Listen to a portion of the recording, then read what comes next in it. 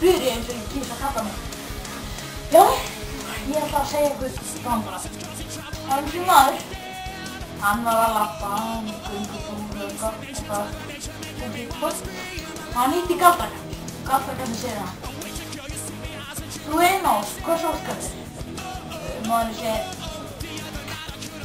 viltu ekki pissa besta viski í heimi? Galdrakarl segir, já, þú vaknar. Þá getur þú pissað besta viski í heim.